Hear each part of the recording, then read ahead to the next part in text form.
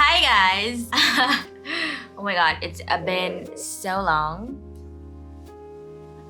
Hello! Welcome back to my channel. So I've been pushing this for so long because I just didn't find the time to actually film this. But welcome to my 300k YouTube Q&A video! Woo! I know there's a lot of new people on here, so I thought I just wanted to do like an updated Q&A sort of, and I kind of want to be like really open and honest in this video. So let's start. I posted an Instagram story like a few weeks ago asking you guys for questions. So I'm just gonna go through and answer the ones that I think are like interesting. Okay, so let's do like a little warm up. What is your favorite travel place? I recently really liked, in Europe, I like Tirano. It's like this little city in Italy. It was very, very cute. It felt very like, I wouldn't say isolated, but because I'm so used to like city life, when I went there, everything kind of felt like slowed down, and then I kind of felt very like relaxed. So I think I just like that vibe and atmosphere. For Korea, I think I like Andong. It's the one that I recently went to. I did like a whole vlog on it too. Andong was really nice. I do want to go again when it's like winter because I think that's when it'll be really pretty. Yeah, so that is it. That's my favorite travel place. What is my headphone brand? It's the one that I always use. That's the Sony XM4, I think. I really love your positive thinking. Can you give me motivation to ignore people's words? So actually, I think for me, I was just really born into like a family that's like very, very supportive. So I am very privileged in that sense to have like a very strong and stable support system, which is my family. So I think that's why I kind of grew up to be this person where I'm like, I know who I am. I'm confident with my values and principles. Other people's judgment, whatever they think of me doesn't define me. So I just kind of grew up with that mindset. So even as I started content creation and I start to expose myself more and more to the public, obviously some people are gonna have their judgment and their perception of who I am. But because I'm so strong in my belief in myself, all these just don't matter because in the end, you're the one living with yourself. These people don't live with you. They don't know you inside and out. So why should they matter in how you view yourself, you know? Like, for example, let's just go with like a simple analogy. I know that I maybe exercise twice a week and I know that I do it for my health. But then someone who doesn't know that, like a stranger, if I don't post it, like the stranger wouldn't know, right? The public wouldn't know. But then someone else could be like, oh, Sabrina's so unhealthy, she never exercises. Does that invalidate the fact that I did exercise for my health? No, it doesn't. Like that person can think whatever they want, but it doesn't affect the fact that I actually did something for myself, you know? I don't know where I'm going with this analogy, but I hope you guys understand. Okay, next question. Oh, how did you feel when you found out that you'll be acting in Girl in the Mirror? So I rarely talk about this, but acting has always been my dream ever since I was in university. I think when I started engineering, I kind of found out that I really can't imagine myself working in an office, you know? Like, I can't imagine myself in like full construction gear, going on like offshore on a platform, like working in an office from 9 to 5. Like, I felt like it wasn't me. And I've always loved watching dramas. I've always had like an immense amount of respect for people who are able to perform on camera because I do know how difficult it is to always be present when there's a camera around. So I've always had that like dream and passion, but I never really knew where to go and like who to contact, like what do I do? Because I am taking like a giant swerve actually from engineering trying to get into entertainment, and I have no cables, I know no one. So that was a really big obstacle for me. So when I got the news that I was gonna be playing in the K-drama, of course I was really excited. I was really like in shock. I was in disbelief. I was just like, wow, is this like God's way of like telling me, oh, this is your first stepping stone, you know? So I was really happy, alhamdulillah. Everything worked out well. Yeah, I hope that answers your question. Someone said, I want the backstory of my unironed hijab in episode 2. Actually, this one is also pretty unironed, but it has like texture on it, so it's fine, guys. Okay, anyway. So we actually filmed in a high school in Incheon. Okay, so I had to book accommodation in Incheon all the way, and I forgot to bring my iron. So when I went there, I did ask for I booked an Airbnb, and I asked the owner if she had an iron, and she didn't. But in the end, I did find an iron. But the thing is, I had to pack all my stuff from the Airbnb and to go to the shooting place. And because my manager wasn't present because of stuff, there was just no time for me to do all this by myself, because obviously this web drama didn't really have a big budget, so there wasn't a makeup artist, there wasn't a stylist. We just have to show up ready, and then we're just, straight into acting. Straight into filming. So yeah, I think that was a mistake on my end. I should have prepared everything earlier, and because in one whole day we had to shoot a lot of different scenes, right? So I would also have to shoot scenes from different episodes on the same day where my hijab color would be different. So a lot of just changing my hijab and all that. So it was really 정신없어? How do I say this? It was really chaotic. It was chaotic, yeah. But it's okay. I'm hoping next time I'm able to fly in a hijab stylist.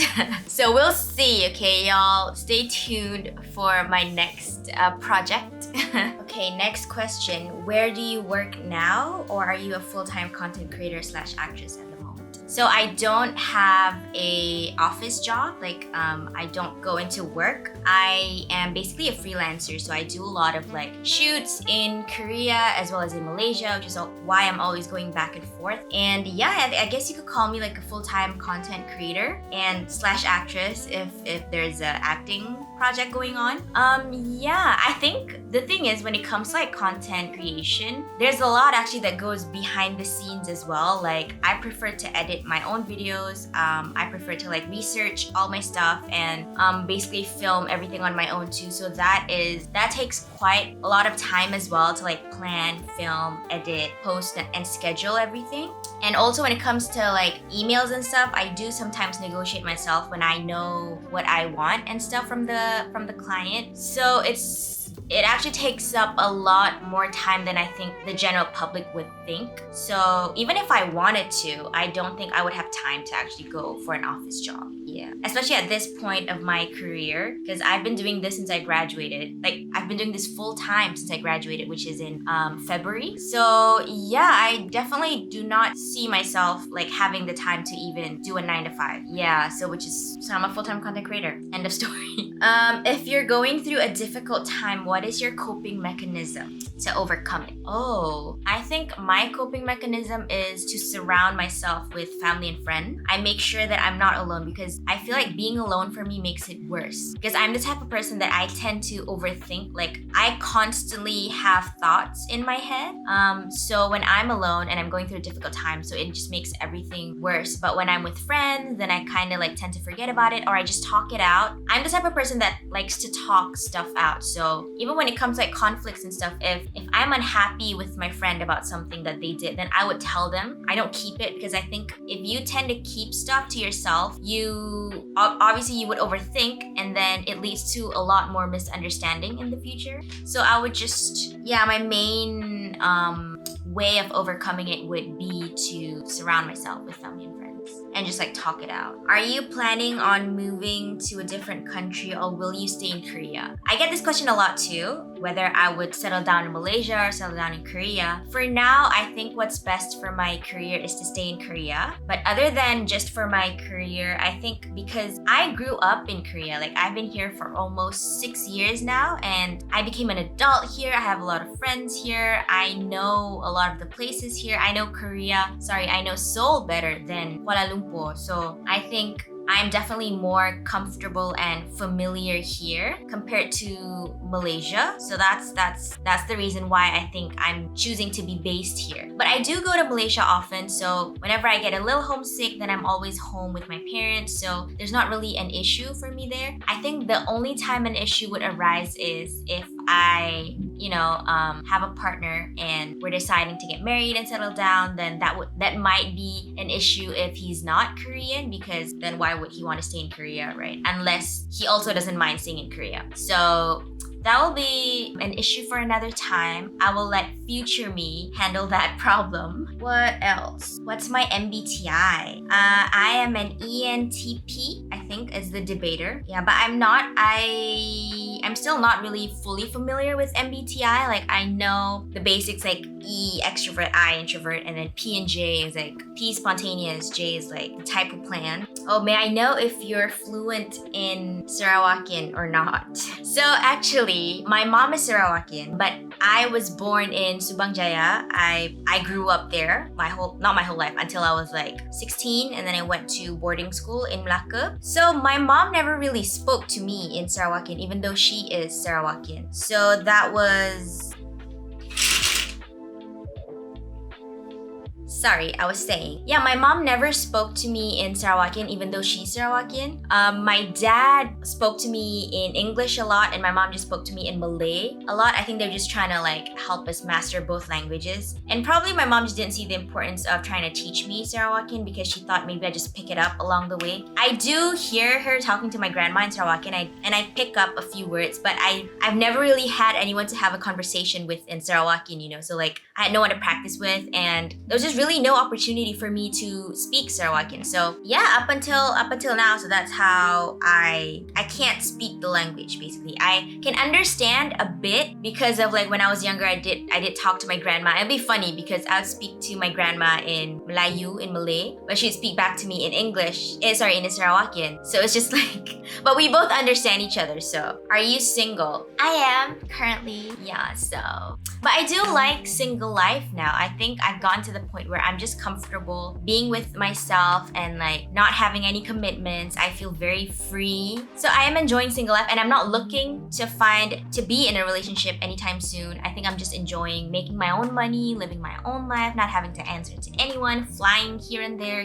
So I think it's a misconception that people think like, oh, you must be miserable because you're single. No, girl. I am actually having the best time of my life. But obviously we do have, those downtimes where we're like, oh, it must be nice to have like someone to talk to when you're like lonely and bored. But that's why you have friends, right? So someone asked, any advice for someone who aspires to become a content creator? You inspire me. Oh, thank you. I also got like a similar question where someone asked me, how does it feel working in an industry where it's so saturated? So I honestly don't think that in Korea and Malaysia, I would say, it's not saturated yet. I did talk about this with like a brand marketer recently, and we did agree that I don't think that the influencer or like content creation industry is saturated yet, especially in Korea and in Malaysia. And the reason I say this is because everyone's different. There's no such thing as like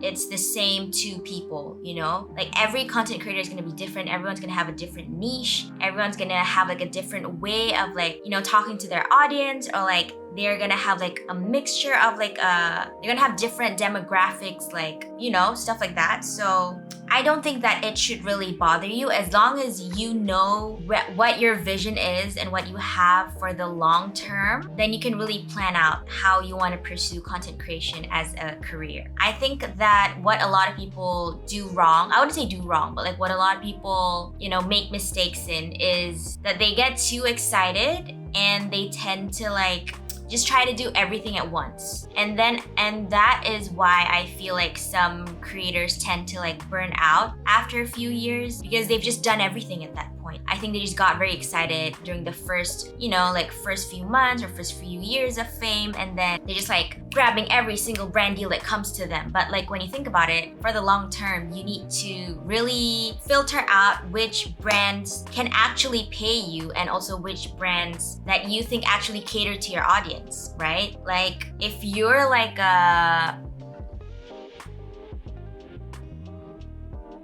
yeah, that's what I wanted to say. I don't want to be too specific, but I hope you guys get it, what I'm trying to say. It's like, it's there, it's hidden in the words, in the lines there. Cushion foundation recommendation. So the latest one that I've been using is the one from Amuse. Let me show you. I like this one. This is from Wonyoung's collection with Amuse. Okay, but the thing is, this one is called the Amuse Dew Jelly Vegan Cushion, and I'm in the shade Clear 1.5. The thing is, the coverage is very, very, very like light. I don't think there's any coverage at all. But the thing is, because of that, it has a really, really, really natural finish. It just looks like skin, but that's the downside, the lack of coverage, which is why I keep on saying good makeup is good skincare. So if you guys just have a good base, just use this. But if not, then I think on my days where I kind of break out and stuff, I like to use the Espoir. I'm gonna put the image here. Espoir, I forgot my shade. I'll put it here as well, but I use that one a lot. Before my skin really got better, I was using that one a lot. So that one has like medium coverage-ish. Yeah, so those are my go-to cushion foundation. And also because I'm actually a very yellow warm tone, so it was really difficult for me at first to find like shades that suit me, because Korea, I think a lot of them are like cool tone. So some of the shades look gray on me, but the Amuse and Espoir one were really good for my skin. Like they matched it. So if you're a warm tone, go for these two, okay? What K-pop idol do you like? Is there any? My favorite idol has been and forever will be Chungha. So Chungha님, if you're watching this, 컴백해주세요, 제발. It's been so long and I need to be fed by Mother Chungha, okay? I need you to come back and serve. This industry needs you. Ooh, this is interesting. What's your favorite habit or like something you do daily that you've picked up recently?